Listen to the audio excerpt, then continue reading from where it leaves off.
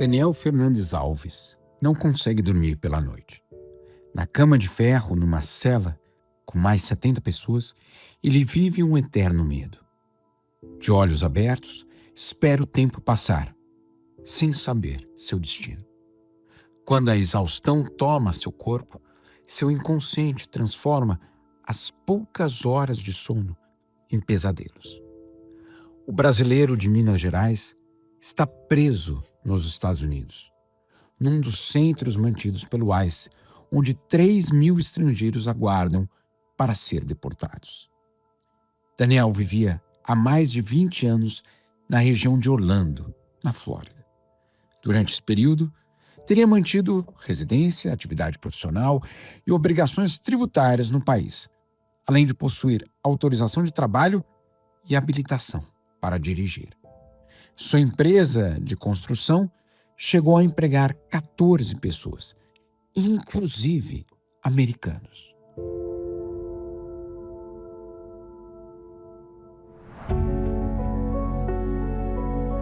Assim como tem ocorrido com milhares de imigrantes, o brasileiro tentava regularizar sua situação quando, numa das audiências normais com as autoridades, em 4 de junho de 2025, ele foi preso. Por um processo kafkiano, o que era para ser apenas um período curto de prisão antes de ser deportado ao Brasil, se transformou numa saga sem fim. Por ter iniciado vários processos desde 2020 para regularizar sua situação e apresentado recursos nos tribunais ao longo dos últimos anos, Daniel teria de renunciar a tudo isso para que pudesse ser deportado. Desesperado, ele abriu mão de tudo e pediu para ser enviado ao Brasil. Mas a burocracia, a lentidão do sistema de justiça americano e o acúmulo de estrangeiros levaram o brasileiro a ser esquecido. Ele primeiro foi levado para uma prisão na região de Orlando.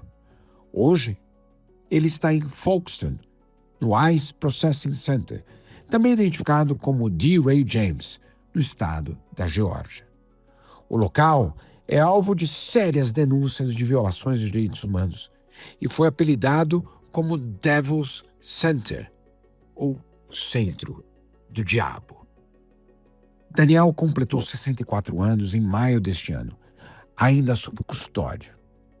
Fraco e doente, Daniel conversou com o podcast de dentro da prisão, usando seus poucos créditos que dispõe para telefonar e denunciar o que vem vivendo. Quando eu, Jamil Chad, recebi a ligação, um serviço automático de voz em espanhol anunciava que alguém de dentro da prisão estava tentando entrar em contato comigo e questionava se eu aceitava atendê-lo. Oprima 1 para aceptar la llamada. Para no aceptar esta llamada, oprima 2, 4 para cargos relacionados con esta llamada. O raro relato de dentro de um centro do ICE é marcado por uma descrição das condições da prisão e um sentimento de desilusão sobre um certo sonho americano. Um relato que é, no fundo, uma fresta sobre as condições que vivem milhares de estrangeiros indesejados por Donald Trump. Como é que o senhor está? Como é que o senhor está se sentindo? Eu tô me sentindo muito, mas você pensar muito mal, doente, sem condições de tratamento, passando necessidade, magro. Eu tô, como se diz, eu tô numa situação praticamente precária. Não alimenta, não dorme, passando mal, medicação precária, doente, não tenho médico, não tenho nada. Não tem lugar para dormir, não tem higiene, não tem água potável para tomar, não tem nada, não tem onde você comprar uma água, não tem nada. Daniel garante que sempre cumpriu com todas as exigências dos americanos para que seu processo pudesse ser considerado. Passou a ser monitorado, mas pôde continuar trabalhando. Então, eu fiz tudo corretamente, eles me deram Social Security, me deram pernas de trabalho, me deram Drive License, toda documentação. E eu nunca falhei com nada. Então, no dia 4 de junho de 2025, eu tinha uma audiência com eles marcada às 8 horas da manhã. Aí, um dia anterior, eles me ligaram e mudaram o horário da audiência para as 3 da tarde. Quando eu cheguei às 3 da tarde, já estava o pessoal do ICE me esperando e me prendeu. Sem argumento nenhum, que eu estava com o documento provando que eles não poderiam me prender, que eu estava com o expor ou o remove aprovado pelo juiz de uma corte federal. Eles não fizeram nem olhar para o documento e levaram para Miami. Quando chegou em Miami, eles olharam o documento, falou que não poderia me deportar e nem ser expulsado, nem ser expulso do país e nem tampouco sair de voluntária. Aí eu perguntei para eles, mas eu vou me deixar preso, nós vamos deixar você preso até que a sua corte seja resolvida, o problema do seu documento seja resolvido. E isso já faz mais de um ano. Neste tempo, Daniel diz que vem sendo tratado como um lixo. Tem um beliche de metal, então tem uma cama, um colchãozinho dentro da cama com mais ou menos 60 centímetros de largura, um embaixo e um em cima. Eu durmo na parte de baixo, um colchãozinho, com um cobertor e com um lençol. O problema não é tanto isso aí, o problema são as condições, são sujeira, o ar-condicionado frio, mas frio, em torno de mais ou menos, circula em torno de 14 a 15 graus centígrados dentro do quarto. A noite toda, o dia todo, e inala um químico, que é exposto um químico no ar-condicionado. Então, aquele químico está matando a gente. O químico toda a gente, igual eu estou com falta de ar, tossindo muito, como se fosse um coronavírus, todo mundo dentro do quarto doente. E quando você faz o request para uma medicação, só depois de 8 ou 10 dias que vai te chamar para te dar esse medicamento. Aí você fica tosse dia e noite. Aí o quarto, praticamente tem um banheiro, tem 3 vasos, desde o lugar de você urinar e 4 locais de você escovar os dentes. Mas é tudo precário, não tem limpeza, não tem higiene, não tem um local de você tomar água potável, você toma da mesma água que é usada para os toilet, que é água reciclável, você toma a mesma água. Aí para não matar, para não contaminar a gente pega a água, põe dentro no quarto, põe no micro-ondas, ferve, dentro tá tomando a água. Os banheiros, se você pisar lá dentro do banheiro lá, te pega um fungo no teto, come o dedo, come os tecos, tudo. E isso aí nós estamos obrigados ainda a limpar. Quarto, se você não limpar quarto, eles tiram micro-ondas, desliga a televisão, não dá tablet, desliga os telefones, entendeu? Então você é ameaçado 24 horas por isso aí. O mineiro não mede palavras para descrever como se sente. Eu te falo a verdade, eu como ser humano, eu não desejo isso para ninguém, para o pior inimigo de vocês. Imagina para uma pessoa que nunca tive um réu criminal, nunca tive nada, nem aqui no meu país. Nesse país eu vi, eu trabalhei, eu ajudei, eu paguei imposto, entendeu? Tem casa, placa, tem tudo nesse país. Dei o meu máximo que eu pude. Dentro do sistema de imigração, dentro do sistema de segurança, eu não tenho nada, nem um réu criminal, nem uma mascarada de tráfico, nem um sinal de trânsito parada dentro desse país. Eu me sinto hoje como uma pessoa, como se diz a própria administração, nós somos um lixo, nós somos os criminais, nós somos os criminosos. Então isso dói muito na gente, de saber que você é um preso, civil, que no meu caso é um caso civil, por causa de imigração, e ser tratado como um criminal, como um bandido. Então isso dói muito. Isso aí não tem nada que paga na vida da gente a liberdade da gente.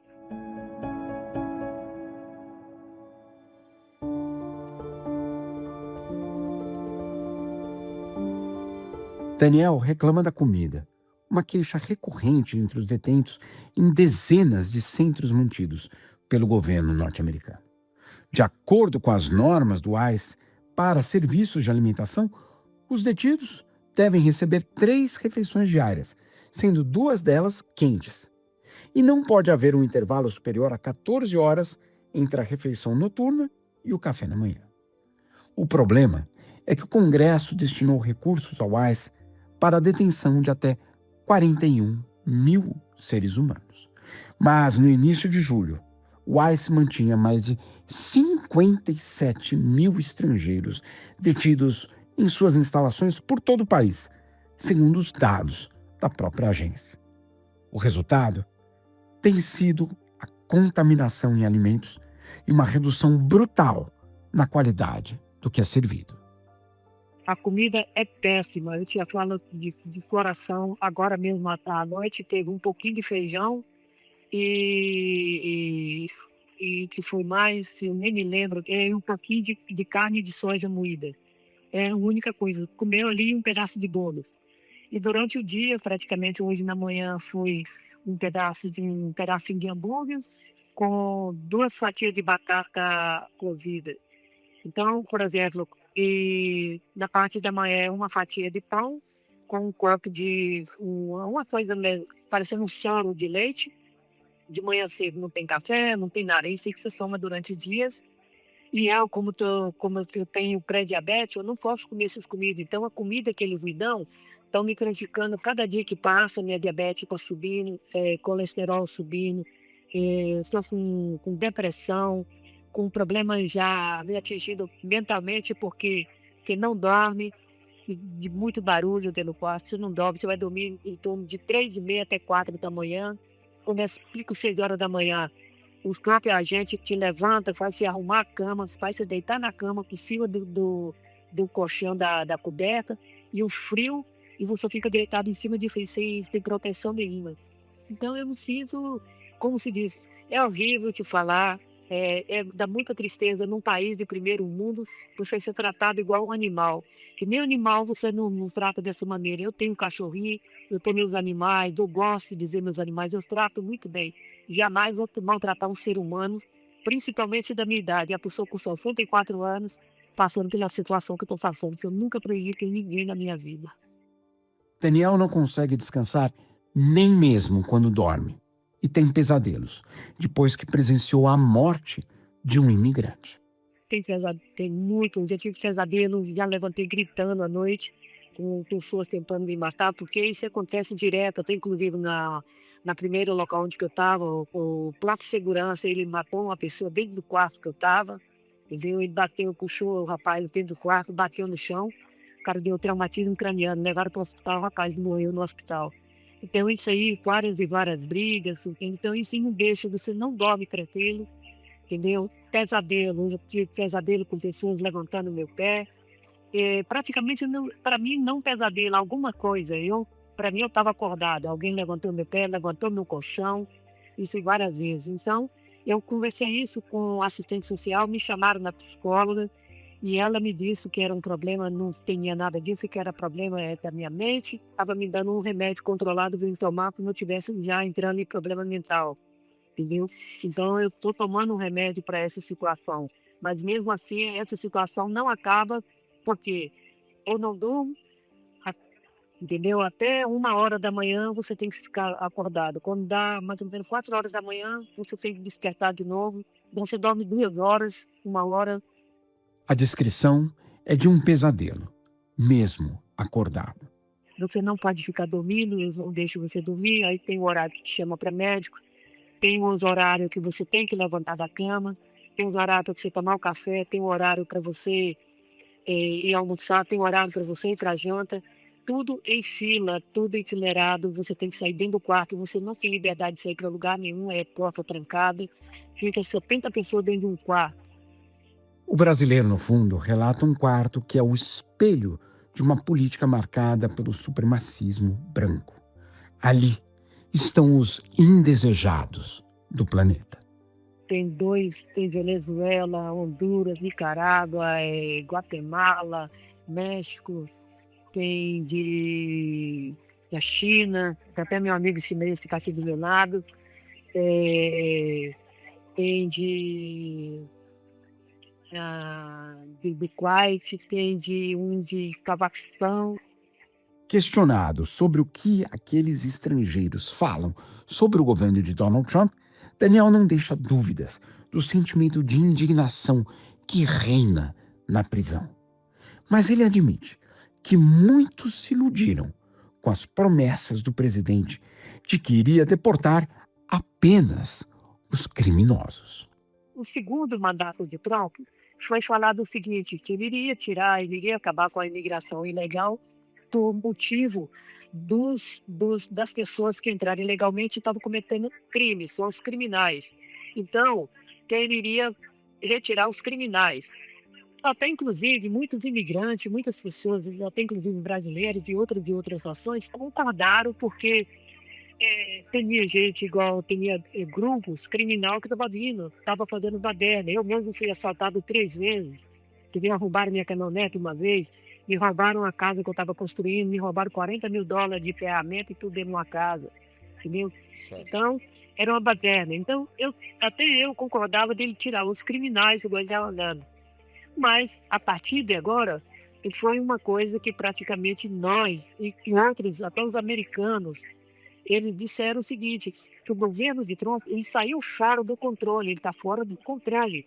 Por exemplo, ele não importa americano, você vê que eles mataram americano, mataram gente inocente, entendeu? É. Então, isso aí, o governo está descontrolado, não tem controle. Entendi. Então, para mim, o governo dele, te falar, sou sincero, no mundo, ele vai ser um governo muito odiado mundialmente. O clima que reina no local é de medo. E Daniel aponta que temia que, ao falar com um jornalista para fazer a sua denúncia, poderia acabar numa solitária, sem colchão e apenas com uma ração. Todo mundo tem medo, ninguém fala, ninguém abre a boca para falar, nem com as pessoas que tomam conta, nem com segurança ali, você não pode falar. Você vai pedir algo, eles te maltratam. Então nós temos medo de falar, igual eu estou falando por telefone aqui, eu tenho medo de estar falando por telefone, de me pegar daqui e me colocar em outra prisão, em outro local. Que tem um local chamado ali, que é uma cela que só cabe uma pessoa, lá não tem colchão. Lá não tem nada, você come por ração, né, por baixo, e por uma janelinha ou por baixo da porta. Não tem colchão para você dormir, não tem nada. Você fica lá no frio durante 5 ou 6 dias como castigo. Então, isso aí pode ser que você, por exemplo, você depende das conversas que você fala com outras pessoas, que é tudo gravado e monitorado, você pode ser penalizado por essa situação. Então, as pessoas, muitas pessoas que têm apenação de caso, ou muitos têm esperando para sair, eles não falam. São maltratados, mas não conseguem falar. O brasileiro considera que, no seu caso, chegou a hora de falar. Igual eu falei com a minha filha. Pode falar, minha filha. Eu não tenho mais nada a perder. Eu tenho 64 anos de idade. Eu não quero morrer dentro de uma cadeia. Então eu preciso sair daqui. Faça o que você quiser, o que for possível para me sair daqui. Mas não cala a sua boca. Mostra que nós temos condições de ser uma voz. E ter uma voz alternativa, de dizer, nós somos trabalhadores, nós somos humildes, nós somos seres humanos igual a qualquer um, na parte da terra, na parte do mundo, nós somos seres humanos iguais. Nós estamos excluídos só por causa de raça, de cor e nacionalidade, não, nós somos seres humanos. Então, eu assim, no meu modo de pensar, há muitas pessoas aqui dentro que estão passando pior situação do que a minha e não tem coragem de falar.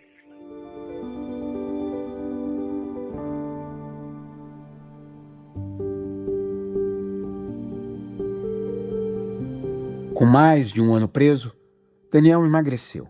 Está com apenas 45 quilos.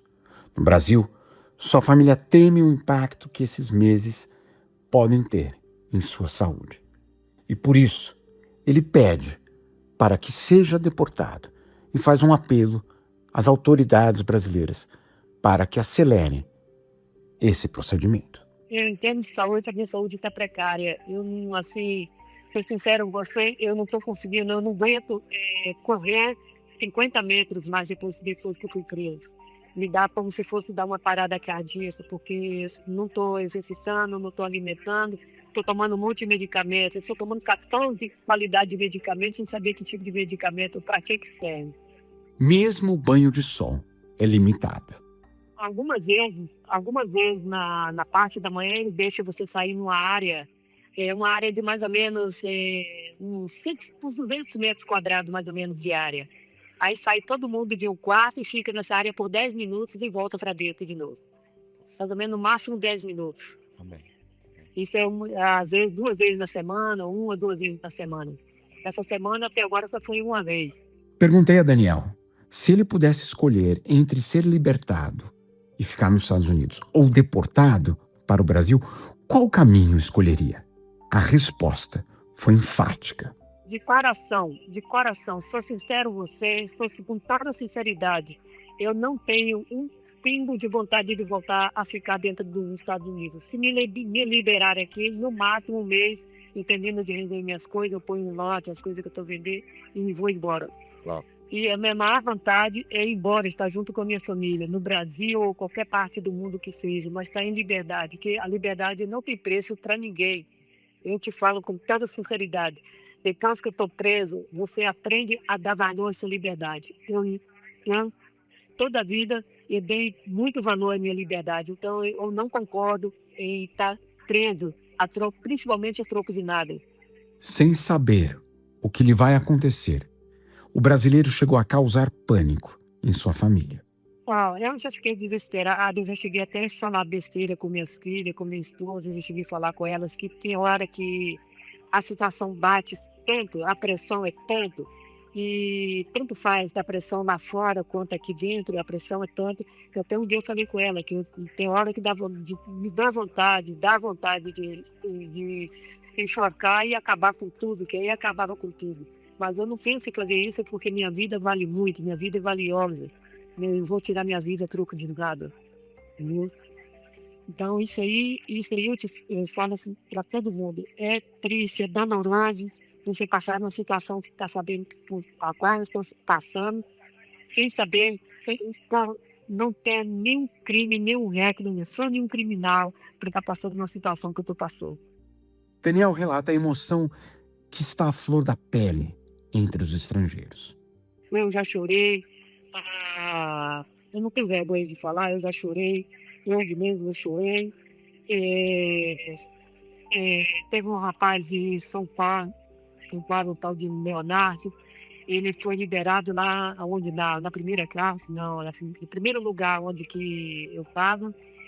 Já chorou muito, me pediu mil e um perdão da situação, porque eu era mais velho que ele, que eu desse consolo para ele, chorou muito. Aqui dentro, aqui onde eu estou, aqui, já tem umas 4 pessoas, ontem mesmo, teve 2 hispanos, choraram, choraram na hora de ir embora, eles não acreditaram que estava indo embora.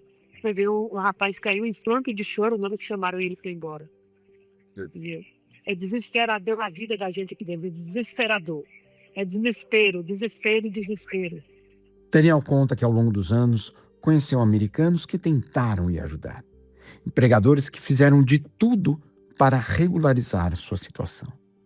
Mas seja qual for seu destino agora, ele sabe que nunca mais terá a mesma imagem dos Estados Unidos. Infelizmente, o que está passando nesse país é a administração, que está tendo um problema não só com o país aqui, mas mundialmente. O país está entrando numa situação, está entrando em colapso hoje por essa situação. A administração desse país está, como se diz, deixando os Estados Unidos. Os Estados Unidos vai ficar deixando para o resto da vida por causa dessa administração. Mas um país de si é um país bom de se viver, mas você vive e ganha porque você trabalha. Eu trabalhava das 6 da manhã às 9 às 10 da noite, de segunda a segunda. Eu não tinha tempo. Eu tinha uma companhia, eu tenho uma companhia, entendeu? Minha companhia empregava 14 pessoas, tanto americano quanto hispano, quanto pessoas que trabalhavam comigo, que era legal. Mas eu tinha minha companhia que trabalhava. Então, hoje, para mim, os Estados Unidos vai deixar de investir para mim como um país acolhedor. Os Estados Unidos hoje, praticamente, vai ficar na história, para mim, como um dos piores países da minha história, na minha memória, vai ficar como um dos piores países para mim. Em cerca de 1 ano e meio de governo, Trump revogou 100 mil vistos, fez dezenas de milhares de prisioneiros, ampliou como nunca os centros de detenção de imigrantes. No ano fiscal, 350 mil pessoas foram deportadas e apenas no mês de julho, 51 mil imigrantes estavam presos. O número de pessoas detidas nas ruas aumentou em 11 vezes em comparação a 2024. Em pouco mais de um ano, 500 bebês foram presos pelo ICE. E a meta do governo é tão ambiciosa quanto assustadora: realizar a maior operação de deportação da história, expulsando do país 10 milhões de seres humanos. Suas cores, etnias, origem e idiomas, todos sabem quais são. Não se trata de garantir a segurança de um país. Estamos diante da implementação de um projeto supremacista branco, ambicioso, com plano e muito dinheiro. Apresentação e roteiro: Jamil Chad. Edição de som: Carlos Melo, Lola Magalhães e Caio Godoy. Coordenação editorial: Thaís Reis Oliveira.